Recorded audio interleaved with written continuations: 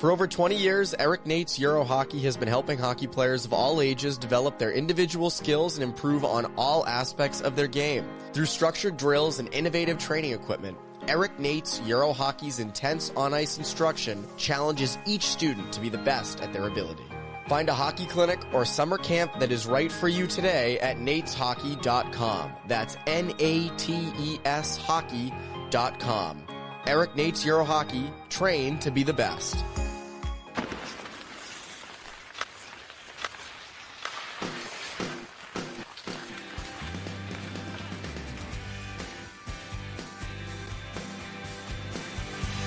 And welcome into the New England Hockey Journal's RinkWise podcast. I'm your host, Evan Marinofsky, joined today by Patrick Donnelly. Patrick, what's up? Not much. Busy week around here. Anything going on? Golly. Man, you think that in early April, our people, I always love when people ask me, what do you do next after prep ends? What do you do next after nationals end and academies end? Like, it doesn't end. And this, our first week, last week in March, first week in April, it's been damn busy, man. For subscribers who read, been a lot of stuff this week. It's Best of New England week, where we've been ranking every birth year top 50, 07, 08, 09, and then a watch list for the 10s. And ironically, we'll be doing these more throughout the year. It seems like it's going to be quarterly basis. So that's how it should be. Maybe it'll change, but that's how it should be. It's our first rodeo with it. And as Billy Bean says, the first one through the wall always gets bloodied. This was a wild week in terms of rankings. I think we never really do this. So this is something different. Yeah, I mean, we first started talking about this around the holidays, maybe a little before, looking at, after the season, end of the first quarter and stuff. And not here we are using quarter and all that lingo. Business jargon that we usually don't use. Let me circle back to you real quick. No, but so we've been thinking about these, and I don't know about you, but I immediately, when we first started talking, listed a rough list, and then kind of midway through the prep season, and after all that, I kind of just looked at my list again, move things around, and then after the season, really start to, change it up again and buckle in. And then this week comes, and here I am second guessing literally everything. And it's man, that's hard. It's fun. It's really fun because you get to, oh my God, this berth here is stacked, or, this player is just scratching the surface and all this and that. It was really freaking hard. And you just, there's some tough calls on who's in and who's out. And obviously things can change. People can get in, people might fall out. It's the nature of it. But yeah, fun, but really difficult. Really difficult. It's funny because I would tell you, I'd be yeah, I'm done. I've got my list. It's good to go. And then I'd be wait, might have forgot someone, or maybe I'm second guessing this. And it's because there's so many teams, so many leagues, so many players that you sort of, you don't want to miss anybody. And that's the worst feeling. It's oh, that person should have definitely been in the top 20. Thankfully that didn't happen for either of us. So we covered our bases there, but it is difficult. And the other thing is they're going to change because they are going to happen throughout the year. Things are going to change. Players are going to go in different areas. So it was a fun exercise. There were definitely a lot of trends and things I noticed on the boys side. This is obviously just girls, and we'll have a separate episode on boys. Were there any themes you came across that weren't just this is hard, or I'm second guessing 34 versus 35? Were there any themes across the girls that stood out to you? Well, I second guessed 34 versus 35 quite a lot. And it was really nitpicking a lot of things too. I told you, after for a lot of these lists, after 20, depending on the year, maybe 25 or 15 or something like that, it's a lot of similarities, at least to us. So that was really difficult. The one theme was just, the 07s were pretty top heavy, and that's just kind of the nature of it. Most of the best New Englanders in the 07s are already playing college hockey. You get the, classic younger in the age group and older, and who's still in prep and who's not. A lot of 07s playing college hockey, but it was still really strong at the top end of that list, and players who were, I kind of go through the top 18 to 20, and I think all in that kind of next tier had cases to make the back end of the top 10. And then the 08s I think the 08s and 09s is really where the region's depth started to shine. We'll get into the 09s. That's a freaking ridiculous age group for this region. And the fun thing was with the 10s, you know, it's only a 30 player watch list, but you're going through and there's like, all right, well, there's players who have already been producing at high levels and are top of the lineup players in prep already. And there are players who have kind of shown well in smaller samples because they're on older teams, or they're still just kind of making their way in prep, or they're still in high school. And you're like, okay, well, it's the current form versus the potential. Who's just scratching the surface here? And, you know, maybe someone's already among the best because they're just bigger, but that's kind of the nature of it when you get into younger age groups. But it's really fun to just kind of like go through those, you know, mental hurdles, thinking about it. Yeah, and we'll start with the 07s because, as you said, it is a top-heavy group, and these are names that, like, you know, Caroline Averill, Quinn Taylor, Sarah Powers, Chloe Cleves. I feel like I see these names every day when I'm editing your stories. And, you know, did you have any question about who was one? Was the top 10 difficult here? I did. Like, I like, if you talked to me on November 1st before the prep season and asked me if Caroline Averill would have been number one, I probably would have said no. And, you know, she's someone, it's always translated with the eye tests, and obviously, you know, the stats that are available to us are as accurate as you know they are, right? So maybe there were just maybe like, at least from her first few years, it wasn't like monster production at Andover from the stats available to us. And this year, just her and Sarah Powers were like the freaking Harlem Globetrotters on that top line. Both of them had ridiculous years. And I think when you couple that jump in production with Averill's skill set, you know, someone who's always been able to elevate her line mates, manipulates space, finds passing lanes, just sees the ice so well, that put her to the top spot for me. Quinn Taylor is someone who also, I think, you know, would have been in that upper echelon, but I think her stock rose a ton this year. She's always been, you know, a good shooter, put up good production. And then this year she takes off with, you know, over 100 points. She's JWHL Forward of the Year for Naha. She looked like she got a step quicker, you know, last time I saw Naha, and that was a big one for me. And then you get into Sarah Powers, who has put up, you know, really good numbers at Andover, kind of a little step above Averill the last 2 years, and then, you know, has a monster season this year. And just, I've talked about it before, just how much fun she is to watch play. And, you know, it's really going to, her and Quinn Taylor in the Battle of Comm will be pretty fun the next few years. What got for me tough was, you know, how the defenders shook out at this top end. I think Chloe Cleves is, you know, a really strong, just all around skill set on D. She's 5'10", pushing 6 feet, moves really well for a player that tall. Just a really, you know, offensive minded defender who can handle her own defensive assignments and can take over shifts in the offensive zone. Like, you know, whenever I saw Deerfield this year, especially, you know, when we're seeing them down the stretch in the playoffs, and it's, you know, she's always below the dots. She's like a fourth forward in there. It was really fun to watch. And then, you know, before I drown on even more about the top 10 real quick, just two good two-way centers to highlight would be Greta Hulbig and Evelyn Doyle. Just well-rounded players, always been effective in prep. Doyle had a nice offensive year this year. Hulbig has always produced at Nobles. Doyle, like, it's really cliche, like when you're in Massachusetts and New England and, you know, someone says, oh, she's like Patrice Bergeron, or X player is like Patrice Bergeron. But, you know, we do our coaches surveys, and like the last 2 years without fail, there were multiple mentions of Evelyn Doyle as like the Bergeron of prep. And you can see that in the way she plays. Really detailed player, does a lot of little things so well. So yeah. It's funny, like, you have that top 10 and then you get into 11 through 20. Was the end, you know, was 20 where you felt like after 20 it was tougher because it wasn't as deep? Was this 11 to 20 group strong in your eyes for the 07s? 11 to 20 was really strong, especially like considering who among the 07s are already in college. But, you know, there were, you know, defenders who I thought could have been top 10, Maggie Burleth and Grace Riley, kind of in a similar tier as Nina Coffey and Addie Peel. I put, you know, Peel and Coffey a little step above because of their size and the mobility that they have with their size. And Peel's numbers took a huge step this year. And, you know, Coffey's numbers haven't really jumped off the page the same way, but still solid production and a great puck mover. And then you get into Burleth, who I think has been at 11. She's, I think, been one of the more underrated defenders in prep up there at St. Paul's, and she's a Brown commit. Just someone who, what really impressed me with her was seeing her with Assabet, which is a team that is freaking loaded.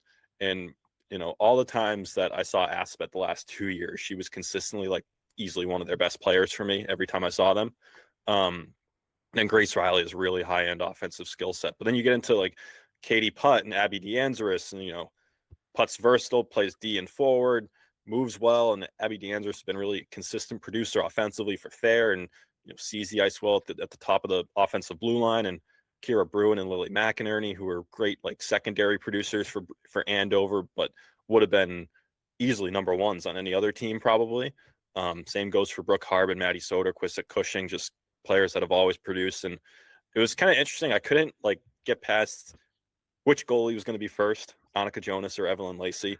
And Lacey's obviously seen a lot more pucks just in her prep team at Tilton, and then at Tabor, just has seen a lot more pucks than Jonas. But even, you talk about the goalies who are on the best team and maybe not seeing the most shots, but Jonas is still seeing ample traffic in, her 2 years as the starter at Nobles, and she's been really good and stolen some games for them. And Lacey, whether it's Tabor with the Mass Spitfires, has kind of shown well in huge moments. I remember like one of the things that will always stand out for me last year is how she took the Spitfires to overtime and had a crazy performance against Shattuck St. Mary's at Nationals last year. So yeah, just two goalies worthy of being high on the list.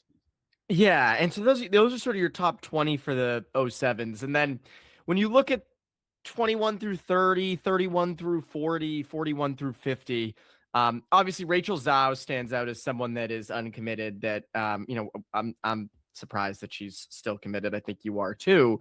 But were there players that you thought maybe slotted higher than you would have initially anticipated? Like, were there any surprises as you were going through the bottom, not the bottom three, but the next three tiers?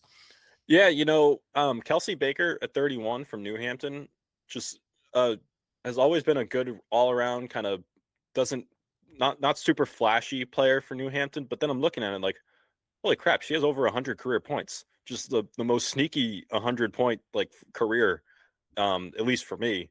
I'm sure New Hampton is well aware of her productions on the score sheet. We're tracking a lot of things. Sometimes some things, slip our mind. Yeah, so there was that. Ellie LaChance at Naha, who was at Loomis Chaffee before post-grad year, just a good example of parlaying a post-grad year into a college commitment. She's going to Colby, and I the way I kind of think about her is someone who can really play with elite players and has really good details and can help elevate elite players on her line. And I mean that in the best compliment possible, that she played with Lindsay Stepnowski and I think Chloe Obser at Loomis. And obviously Stepnowski has been one of the best prospects in prep, and Obser was a high-end producer, and LaChance had a big senior year as well. But just to, I'm not trying to mean this in a backhand way. It's like the Pascal Dupuis to Sidney Crosby almost. Complimentary piece. Yeah, just such a great player that helps elevate her line mates, and maybe just doesn't flash as much as the others. Yeah, and that's a fair way to put it. I think where she is on this list, that adds up, and she's a Colby commit. Like that's that kind of player, which is great. And I think you get into these kinds of players in this part of the ranking and throughout. Were there any what else kind of stood out to you about the other three? Two more would be just Kate Tortorella and Liz Long as you get into the 30s. They're not committed for hockey to college, but two players I think could definitely play college hockey at whether D3 or D1. Tortorella is an Ohio State rowing commit. Luong's a Colby field hockey commit. Have both had a lot of success at the prep and club level. And then just a couple others, whether it was Alex Mitsakis, who didn't I think she was on Dexter's third line this year, and that was a line that really made life hell for opponents, and maybe didn't have the same type of production those first two lines did, and she had solid numbers her first 3 years. But type of players, she's going to Stonehill, has the tools. Maybe the numbers weren't super high as a senior, but just an effective player.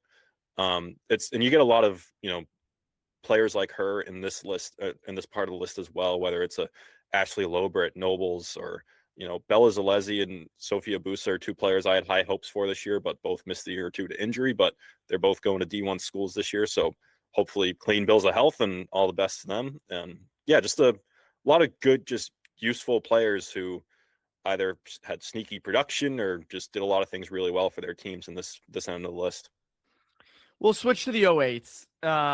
You look at the 08s, and I'll ask you a similar thing as I did the 07s. I'll ask you the same question for each of the birth years, or at least for the 09s now. Was there any question about number one for you, with Stepnowski being one? Oh, absolutely.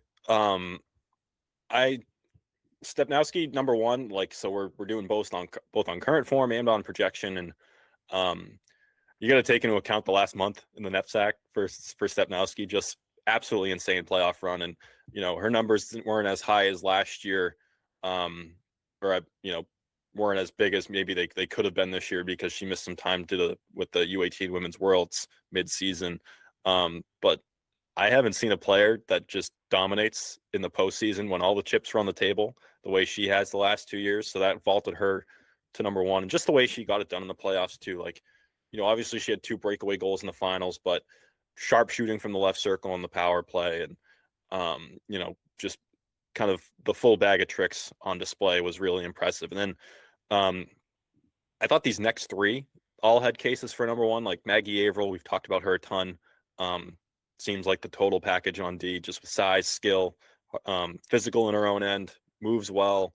Emma Cerruti is at Shattuck, a player we don't get to see as much, but when we see her at the Mass festivals and, if there's Shattuck out here for nationals last year or whatever, just a player that consistently stands out with her compete and her speed with the puck in transition. And then Teresa Gildanova's, if you just go check out her elite prospects, and even when we've just seen her with Lovell, just freaking bonkers numbers that she's put up the last few years. And she had a big standout tournament with Czechia at the U18 Worlds this year.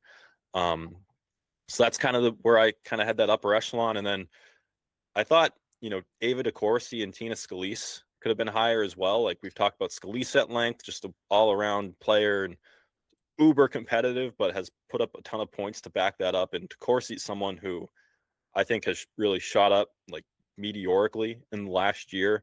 Would have been low top 10, maybe high of the next 11 through 15 type of phase, but has in last summer just really put herself on the map, I think, with a standout summer, and then carried into the season at Nobles. Got a Yale commit last summer. So just a player that I think is continuing to rise. And you look at sort of this next group, you mentioned Scalise, but like Annie Schwartz, Megan Hosman, Carly Dan, all the Loomis crew, yeah, Abby Richardson. And then you get into even like 11, 12, 13, Kate Hall, Aaron Flaherty, Maddie Laha. Like, did you see them having a big difference between themselves, or did you see them sort of kind of all being in the same tier, so to speak? Patrick's tiers, something similar to that. I thought 7 through 14 were all pretty similar, maybe even 15 and 16. Like, it's a deep group through that next kind of tier. Flaherty is someone who had a big year at St. Paul's, has kind of gone up and up and up with her production from freshman, sophomore, and junior year, and has stood out with the Junior Eagles and really comes through in the clutch for them whenever I've seen them. And La has been a good player at St. George's who's always produced and has kind of had this 200-foot power game as well. Barada's skating is super impressive. Same thing with Abby Richardson. Her speed has been a huge difference maker for Naha, and she's put up big numbers.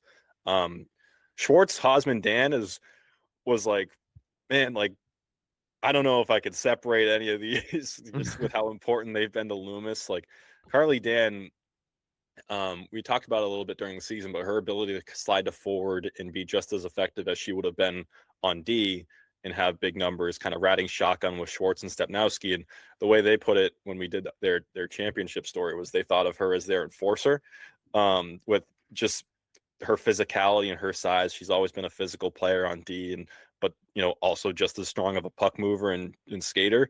And that translated well up front as well. And Megan Hosman, her ability in transition on regroups, and Schwartz, another one with a good kind of well-rounded game, but has really taken off with the production in the last 2 years. No question. And it's interesting, like, when you look at this 11 through 20 group, were there any players here that maybe you wouldn't have anticipated being in this group, whether you thought they might be a higher, like, top 10 or lower before the season started? I thought maybe Kimmy Duplessis would have been more in the 20 range if you talked to me last January. but obviously we're about 14, 15 months from then by now. And I think she's had a really good rise here. She's committed to Delaware, which is a newer program in D1, but someone who I think has kind of on an Andover blue line that has Maggie Averill, and before this season had Molly Boyle. For her to kind of stand out as one of her own, I think was pretty impressive, and she kept that going into this year. And then kind of further down, not to jump the gun at all, but someone who I think is one to watch in the 21 to 30 range is Leah Hafer at Dexter. A big soft. I think she was a sophomore this year. I could be mistaken. Big kind of step in production this year, and has always been a player that's been like high energy, kind of solid hands, but I think just really found a new level this year at Dexter. She's on a good line with Sawyer Merrill, who's also in our 10 to 20 range. So Leah Hafer is one to watch for me for sure going forward into next season. And she's your highest uncommitted player, correct? I believe so, as I scroll through here. Yeah, I think she is. And then one other thing that I thought was interesting, your highest ranked goalie is Annabelle Aitken at 39. Is this a case of really deep skater crew and good goalies, or is it maybe not as deep of a group with the 08 goalies? The 08 goalies are really interesting to me. I think I wrote about them a little bit going into last year's festival and Final 40, just kind of how things shake out here. I'm trying to remember who made it to 16, 17 camp. I don't want to assume and get someone wrong, but I think this year in prep, like Aitken's kind of had 3 good prep seasons now under her belt. So I think it's a combo of, I'm not quite sure yet what to make of the 08 goalies, and I think it's pretty deep skaters. It's kind of that same thing where, once I got out of, I don't know, 25, 26 range, it was a kind of a, could slot in anywhere here. But yeah, Aitken's had 2 good prep seasons, or 3, I should say. But it's also a bit of, she's been in a timeshare at Dexter, so you want to kind of see her maybe take on a number 1, and, whether that happens next year or not remains to be seen. But I remember just kind of, whether it was a Madison Hayes at there, saw a ton of pucks this year, but the numbers didn't really reflect the way it has in seasons prior. She had a sub 900 save percentage, which, may not necessarily be completely on her. And then Inez Kamas is at Cushing. She was at St. Mark's the last few years and had done well in the timeshare. Obviously, Sadie Bellissimo was the number 1 at Cushing this year. So you look at Kamas as someone who can maybe take over that top spot next year. And then Cushing as a whole kind of had its ups and downs this season. So it's just kind of waiting to see how the 08 goalies shake out. You hate the 08 goalies. Yes, hate I do. Them. I do. Hate them. I'm very actually I'll be your anger goalie in general. That's right. That's right. We're an anti-goalie brand. I'm gonna put you on the spot. And I was looking, like, Leah Hafer's your first uncommitted player. But then you get into, like Sophia Nardelli's uncommitted. But then at like 31, you have a good amount of uncommitteds in the back half of the story. And I'm curious, like, if you were a college coach, if you were a Division I college coach, of the uncommitted kids, who would be maybe the 3 that you would have at the top of your list? And I know I'm putting you on the spot with this because we haven't discussed this, but I am curious, like, if there are 3 that you would be like, I would hit the table for these 3. So I'll give you 4. I know you asked 3, but I'll give you 4. And let's just make clear to everybody, this is my opinion. Me alone, my opinion. I'm not influenced by whatever. I'd obviously put Leah Hafer, Sophia Nardelli.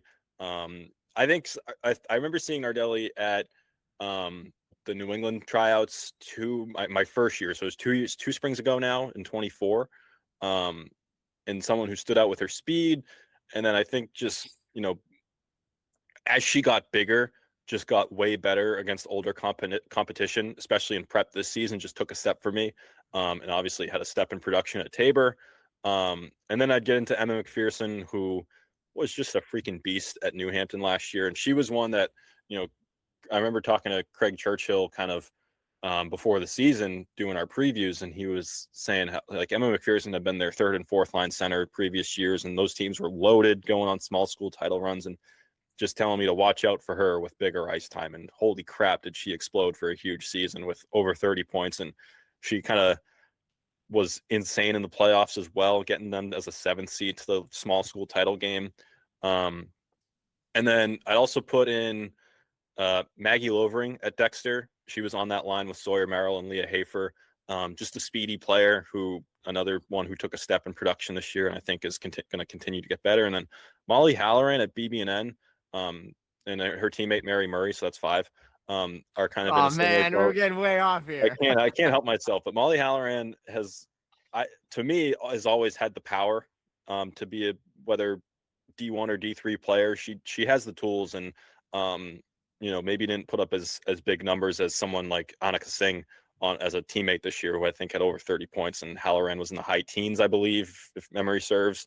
But someone I think who is capable of that production next year at BB&N and just plays that style of game that I feel like will translate well at a higher level. She's big and strong and can move.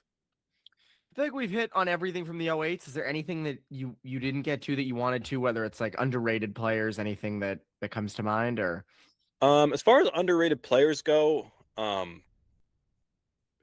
Easton Pramuka at Loomis has, kind of lived behind that top group of Stepnowski, Schwartz, last year Obser, and LaChance. And I think it's someone who this year in the fall with Mid Fairfield seeing a game, and I was like, holy crap, is that Stepnowski? And no, it was Easton Pramuka, who was freaking flying out there with Mid Fairfield and making plays and showing off some skill. And, she's someone who has been a really good foot soldier for Loomis Chaffee, and I think is going to be capable of much higher production in a bigger role next year. And, made the most of kind of depth contributor role the last few years and had 2 goals in the Elite 8 championship. So she's an underrated one I'd tab. And then Janie Martin, who's off to Assumption at Middlesex, finished her career with over 50 goals in prep.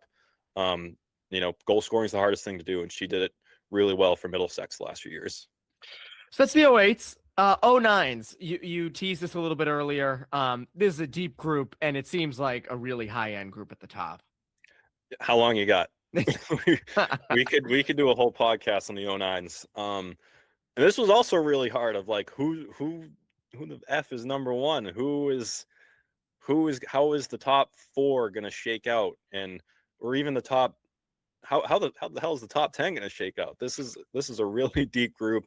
I think as you get out of the top 10, there are 4, 5 more players who could have been in the top 10, and there are players who are rising even more as they boost their stock.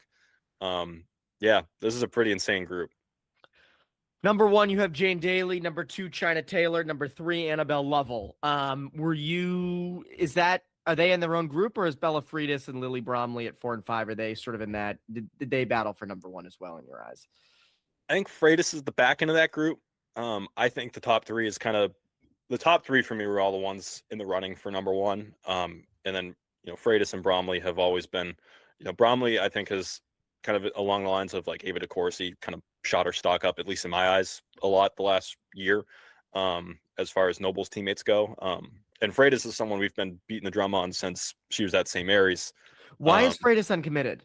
I'm sorry. Why she's going into her junior year. There you go. Okay. Got interested. Before Cushing. So yeah, I think 1 through 3 all had cases for number 1. Maybe take one of them out if they were in a different berth here, and Freitas would have had a case as well. But yeah, Jane Daly, just an insane prospect, elite shot, high end speed. She broke a 14-year-old goal record at the U18 Women's Worlds. It was Haley Skamura, who was on the Olympic team. That's pretty good company to be in. She was tournament MVP, and she's someone who, again, we don't see her a ton being out at Shattuck, but whenever, they were here last year for nationals and all the mass hockey stuff and at U18 festival, just someone who stands out amongst the crowd. And then China Taylor and Annabelle Lovell, 2 just phenomenal skaters. Taylor, just one person breakout, can seize the ice so well, can find stretch passes I wouldn't even think of, and lead the rush herself. And then Lovell as well. We've talked about her, just high-end skating, really high-end ability. She's versatile, play forward, play D, plays above her size. So those 3 were in the mix for number 1. And Freitas, as we've kind of talked about in the past, and I keep saying that because, these are all players that are usual suspects for us. Someone who's, I think, just super fun to watch. I think her shots kind of gotten heavier. She's kind of always been able to score you an easy goal, just go down the rush and pick a corner. And I think, you know, the way her kind of the oomph behind her shot is kind of picked up makes her even more dangerous in that department. She's always been confident to pull off a dangle or something. And she's getting stronger. So I think that's going to bode well for her going forward. And then Lily Bromley is just a menace on the ice. Someone I would freaking hate to play against if I were a defender and I saw her flying in down the ice at me. I would brace for impact, even though there's technically no checking. Just get ready, because that's going to be miserable trying to handle that forecheck. And she had a huge year for production at Nobles. This next group, you know, your Sydney Stoutons, your Catherine McCools, your Brooke Schlutters, you know, rounding out the top 10. Do you think that some of these players, if they were in different birth years, may have been top 5, top 3? And I'm not going to make you compare them to 07s and 08s, but like, do they have that kind of talent? For sure. I think Stoughton is someone who is right up there with her level teammates, whether it's Annabelle level, China Taylor, or you look up a year and you look at Teresa Gildanova. She's right in that mix as well and has had the production to back it up. Brooke Schlutter, I think, is someone who could put up really big numbers in prep next year. Just to, you know, it's really fun to watch her shoot the puck, just the load that she gets in the stick and how quickly it comes off. And then you get into Catherine McCool, someone who has produced since her 8th grade year at Noble. She's going to be a junior next year. And in a similar boat as Bromley, we're just super hard-nosed, but has backed it up with production. And McCool's always seemed to come through in clutch spots. And Marella Martinelli is, you know, she was on level first year at Tabor this past year, and, you know, is someone who can also just spark transition out of nowhere and find a pass that you weren't thinking about, or has quick hands or a quick cut around a forechecker or something. And then Paisley Meyer, I mean, second in points in prep. She had, like, I think it was 55 points this year. Someone who I remember highlighting it, you know, when she was one of the youngest players at the New England Festival 2 years ago, and has been 1/3 of a pretty monster line at Exeter. So you wonder what that looks like next year without Maria Gray. She'll still have Erin Sears with her. But another player I think is kind of still ascending. Even you look at Auburn Monter, Mia Daly, Maddie Call, Alexa Jorgantis. I think we're all top 10 caliber players as well. So yeah, it bleeds over into that 11 to 20 group where those 4, Monter, Daly, Call, and Jorgantis, are right there as well. And then, you know, you have that next group of 11 through 20. What stood out to you about them? Yeah, I mean, one thing just off the bat with the defenders, Nora Shea, Tatum Friedholm, Reese Engel. If you talked to me last season, I probably would have had Engel at the top, I should say. And that's not a reflection of her. It's not like she's fallen off or anything. But I think Shea and Friedholm have kind of gone up a ton, for at least in my eyes, the last few years, or the last year. Friedholm, you know, was a big player at Lincoln Sudbury 2 years ago. Had a solid first year at Groton. I think took another step this year, just a lot more assertive, just really good keeping plays alive at the offensive blue line, and was just really good in her own end as well. She's pretty strong. And Nora Shea, her production skyrocketed for Nobles this year, and, you know, good hands, good vision with the puck, can make a good first pass. And then Engel's also, you know, just like those other two, big, strong. Another one that's kind of good in all 3 zones. Then you have Moira Landsberg, our first goalie here. Had a great season at level a year ago, steps into Frederick Gunn this year, and just kind of willed them against Groton in the small school tournament. Faced a lot of pucks this year, put up good numbers. And then Simone Burns is one I've kind of always had my eye on at Rivers. Just sees the ice well, good skater. And I thought she could have had a bigger year production wise at Rivers. And obviously she had a great year, and set career highs, but is someone I think can kind of keep ascending as far as production goes next year. My God, there are so many Lovell players on this list. Yeah, we've you and I have talked about that. That 16U team at Lovell is absolutely bananas. Clearly, bananas. Remy Karsh at 19, Caroline Clark at 21. Like, you've got a bunch, and then obviously the bunch. You know, Emily McCauley at 39. You have a ton in the top. 15. And then even like there were more I think could have been in. Yeah, and even like a Landsverk was there before. So it seems like the Lovell fingerprints are all over the 09 birth year.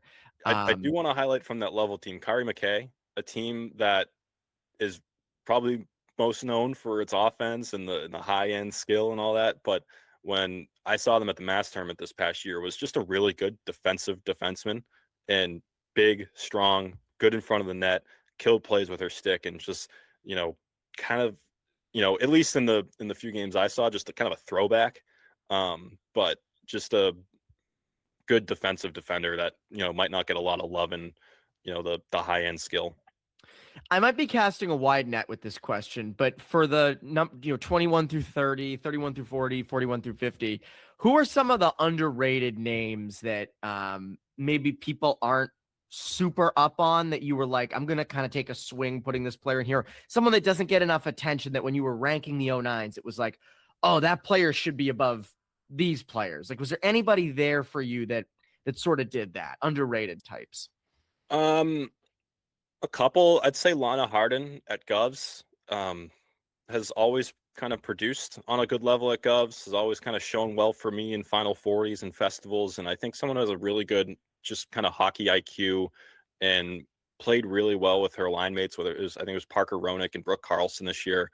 I think the Carlson twins maybe, obviously are good players at Govs and are in this echelon as well. But I think Lana Harden's right there and has had some good seasons at Govs. And then you get into Dominique Raher at Exeter, who I think missed some time at the beginning of the year with some injury, but is someone who, you look at that first line at Exeter and then who else is going to step up behind them. She's someone who at least passes the eye test. And again, for freshman, sophomore year, it hasn't meant huge numbers, but if she's someone that can play with a Meyer and a Sears next year, can she take off and finally get that production? She's going into her junior year. And just a couple others, whether it was, Nora Wilson, who was unbelievable at Groton this year, 2 strong years as the starter, I think was even better this year and allowed 1 goal in the small school tournament and was awesome. Then Jocelyn Gray at St. Mark's this was her first prep year after she was at Notre Dame Hingham, but didn't miss a beat. Over 20 points playing against ISL competition, playing against older kids, and she was in a premier role at St. Mark's and, has the skating, has the speed, has the just kind of wherewithal to make an impact right away in prep. Yeah, no question. And I'm curious, like, are there any other storylines with the 09s that you felt like were prominent outside of obviously the high end players? Like, were there themes that you noticed, anything that like really stuck out to you that we haven't touched on? I'm interested to see how some of the goalies unfold. Like, obviously, Moira Landsverk's already committed to UNH, but then you get into an Emily Hosman who went like 2 months this year before she allowed a goal. And granted, she wasn't a full-time starter at Loomis, but in kind of taking advantage of her ice the last 2 years and playing really well for Loomis. And, I have to assume she gets a chance to be that number 1 next year. She's her sister Megan's huge too. I think Emily's already 5'10". So you look at the size there and just kind of how that frame projects in net and her early returns in prep so far. And she plays with Mid Fairfield. So she's one to keep an eye on as far as the goalies. And then you get into Barbara Ma, who's uncommitted at BBNN, had a huge year and, did a lot for a young team that made the I think large school semifinals. Just a lot of players when you get out of maybe outside the top 20, where I think there were players that didn't make the cut that could have been, somewhere in this mix from 30 to 50. It's still a lot of unknowns, at least in my eyes, in this next group, and players that you're kind of waiting to maybe prove a little more. And obviously these can change. Like I think I wrote, and you mentioned for your 09s too, I could have probably easily done a top 75 or a top 100 for the 09s. I think there's still a lot to unfold in this group. It's still early. It's still early, and this will change. There will be players on the next top 50 09s that were not on this one, and there are players in this one that may not be on the next one. So this is not final or anything like that. There's it's the nature of the beast, right? And it's like you talk about it when it comes to the NHL trade deadline with the prospects. They're all green bananas. You got to wait for them to ripen. Gotta wait for the bananas to ripen. Speaking of unripe bananas, the 10s. The 10s, they are young, and they are, we're just starting to really watch them. Among the 10s, who are some of the players that you look at and say, like for the boys, you have the NTDP, And so the NTDP, though, the kids who go there or at least try out there are sort of the prominent ones that everybody talks about early on. Girls obviously don't have that. But who are the girls' 10s, the 5 to 7 names that you're like, we're going to be hearing about them a lot if we haven't already in the next coming years? Yeah, I mean, for the girls, the equivalent would just be the national camps, and potentially if a 10 got as far as the U18 national team. But you have national 15 camp last year as a good barometer, and this year that'll be 16, 17 camp, and they'll be in the mix for the U18 festival and all that.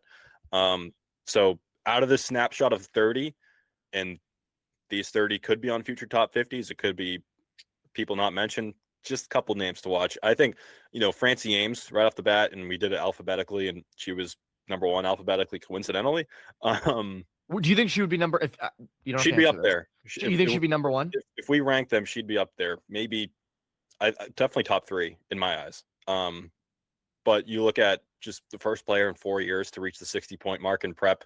She led the NEPSAC with 61 points in 28 games. Scored or found the score sheet in every single game. Has been a standout at the club level with the Boston Americans. High compete, high energy, drives play every time she's on the ice. And her line with, I think it was her line with Lily Bromley and Rachel Zhao this year was just fantastic for Nobles.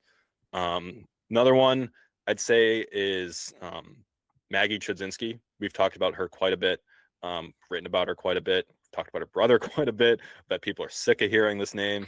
But just someone I think is still just scratching the surface on D. She's big, she's strong, moves well, controls the ice in all 3 zones. I think she is also in that same tier of just a one-person breakout. It's just impressive to see how she can identify a skating lane out of sometimes nothing in the defensive zone, and she wins matchups against bigger kids, and has a pretty heavy shot from the point. I think is just someone who I think is going to continue to ascend. She's a rising junior. Another one is Jenna Henley, who Maddie Call, Lydia Kelty, Abby McCauley might grab more headlines at there, but Jenna Henley had 14 goals and 19 points as a freshman this year, jumping straight from the MIAA, where she was a standout at Whitman-Hanson. Has every time I saw Thayer this season, just stood out with her speed and ability to kind of create offense off the rush. Cassie Ling at Brooks is one that's always had, in my eyes, a good defensive IQ, good 200-foot game, and another one that she's maybe a little undersized right now, but has stepped in and had a nice freshman year at Brooks with 17 points. And then Kelsey McPherson at St. Paul's. We talked about her a lot during the season, but you go from a 25-goal season as an 8th grader in the MIAA to being one of your team's best players in prep as a freshman, and that was all even missing 10 games with an injury. 25 points in 20 games. That's a big year for a freshman stepping right in. No question. Anything else with the 10s that stood out to you? Was it tough? So we'll get into this with the boys. I had a tough time with the 10s. I thought there were like 50 plus who deserved to kind of be like on a quote unquote watch list for the top 50. Was it difficult to kind of narrow down to 30 for you, or not so much? It was. It's the same deal as you. Like, if we just want to, make the list of who to watch, then I could get up to maybe 55 or 60. But then you're like, that's a lot of work. It's true. A lot of extra work. So another one, like couple MIAA kids were in here. Riley Bergeron and Acton Boxborough, who was on the Valley Junior Warriors last year. I saw her, stands out with her speed off the rush, has already hit 100 points in the MIAA. Molly Whittier is the same boat, as a 7th, 8th, and 8th grader, and then a freshman in the MIAA, has already eclipsed 100 points as the youngest kid on the ice in most cases. Anna Preciado was at National 15 camp and had a big year for Algonquin, a team that went undefeated in the regular season. So it was, kind of sifting out MIAA kids versus prep kids, and and you look at prep and playing against like MIAA kids, but a lot more older competition, and who maybe I said this off the top, maybe who hasn't had a chance at the top of the lineup yet to maybe produce that maybe in the way maybe they can. And so that's when you get into the projection game and all this and that. But there were 50 or 60 kids that could have been mentioned. We've hit on all of it. What a week, Pat, of top 50s and rankings, and hope maybe we gave some kids some confidence boost, and we also gave some kids some bulletin board material. Yeah, we're pretty good at that part. Prove us wrong. Yeah, we've been historically very good at doing that. Do you want to skate fast? For 50 years, Laura Stam instructors have taught youth players to pros how to skate correctly, powerfully, and fast. Players who attend Laura Stam power skating programs learn how to skate fast by learning how to execute every maneuver in hockey. They become powerful, stable, efficient, and explosively fast skaters. If you can't wait for a clinic, join our subscription skills video service, and we'll show you the skills taught at our clinics in an easy-to-use video format with training plans to guide your training. Register or subscribe now at laurastam.com. That's LauraStamm.com. You can learn to skate fast. Before we go, we have our great producer, David Yaz, to bring back overtime.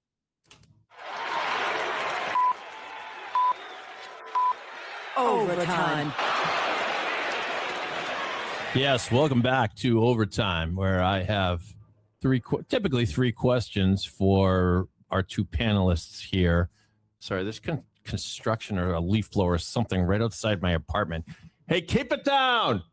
For the record, I don't hear it. That'll work out. Yeah, good. I didn't hear it either. Or maybe it's in my head. There's been demand among RinkWise listeners and viewers to bring back the trivia throwdown between Evan and Pat. Evan tends to lose. Pat seems to claim victory even when he loses. So that's what a rivalry is. All's fair in overtime trivia. So I have three questions each. They are multiple choice. We will go back and forth, and Evan won the coin toss backstage before the show. So, Evan, would you like to go first or defer to Pat? I'll go first. Okay. All multiple choice questions today. Question number one. In 1954, the Detroit Red Wings played what is believed to be the first ever outdoor game played. It was an exhibition game. Was it played at A, Tiger Stadium, B, the parking lot of the University of Detroit, or C, in a prison? Was it played in A, Tiger Stadium, B, parking lot of University of Detroit, or C, at a prison, outdoors at a prison? I have a gut answer, but like, were they in 1954? Were they playing in a baseball park? I want to say no to that one, but I guess I'll go. What was B? B was in the parking lot at the University of Detroit. I don't know if this is the University of Detroit. I'm going to go A. It was Tiger Stadium. No. It was actually played at a prison and against members of the Marquette Branch prison team. Did you know that, Pat?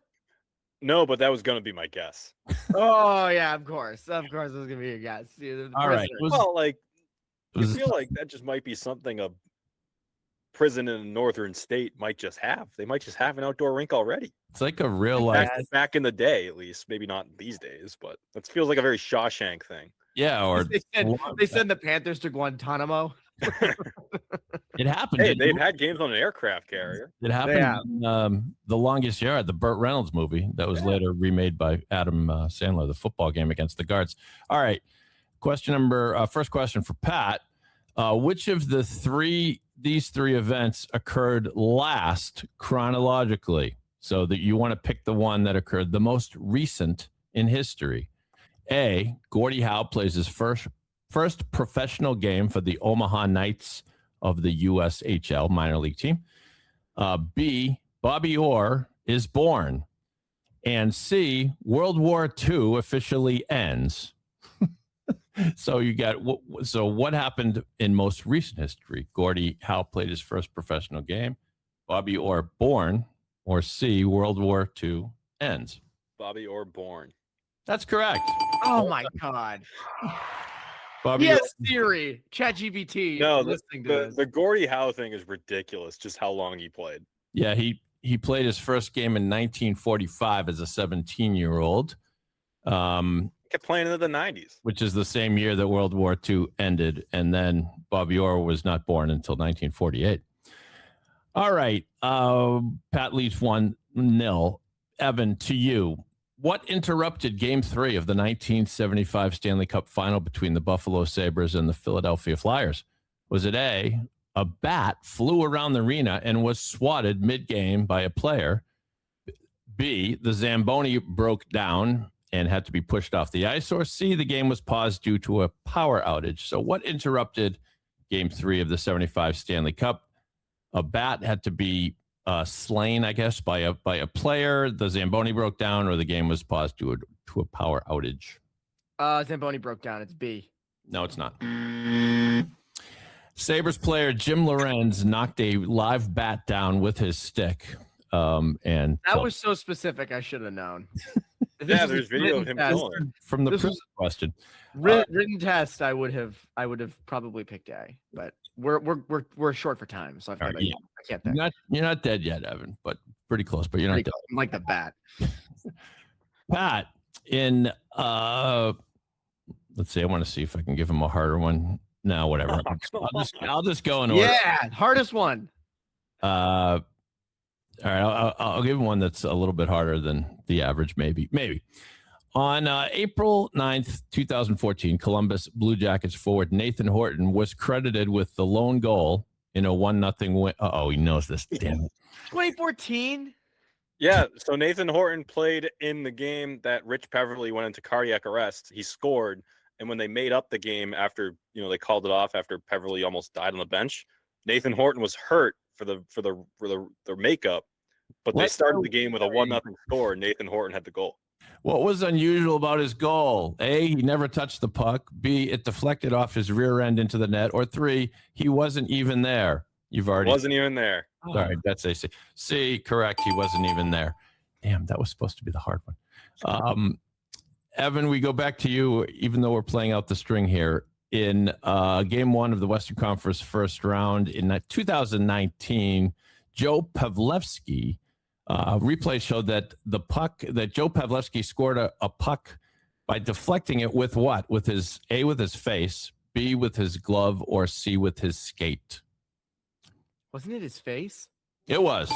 Evan's on the board. That should count for 3 points. In the next episode, we'll have another throwdown. We'll give Pat the final question just for kicks and giggles. A Gordie Howe hat trick is legendarily known as when a player collects a goal, an assist, and has a fight in the same game. Of course, is named after Gordie Howe. How many times did Gordie Howe actually have a Gordie Howe hat trick? Is it A, 23? Is it B, 2? Or is it C, 0? B. That's correct. It's 2. Yeah, that's the one that's the only one that I actually knew. That's one without fail, Pierre Maguire would say on an NBC broadcast back in the day. Okay. Well, I'm glad you guys knew that. Well, in my book, you're both winners, but in a more accurate sense, Pat is the winner because he won. Didn't miss a beat. 3-1 though. If we did a full 4 game to win 4 games, I'm coming back from 3-1 deficit. Maybe next episode, the boys episode, we continue this. Pat starts 3-1 and we see who gets to 4 first. Actually, that would probably be a bad idea because it'd probably do it. There will be a trivia throwdown in the next episode, but it'll be a completely different format, and I'm excited about it. And we'll see you then. All right, that's overtime. We're never doing trivia ever again. That's Pat. I'm Evan. Next week. You can, of course, go follow all of our stuff at hockeyjournal.com, top 50s. We have a lot of stuff coming in the next coming weeks. You RinkWise listeners, we will see you at the rinks.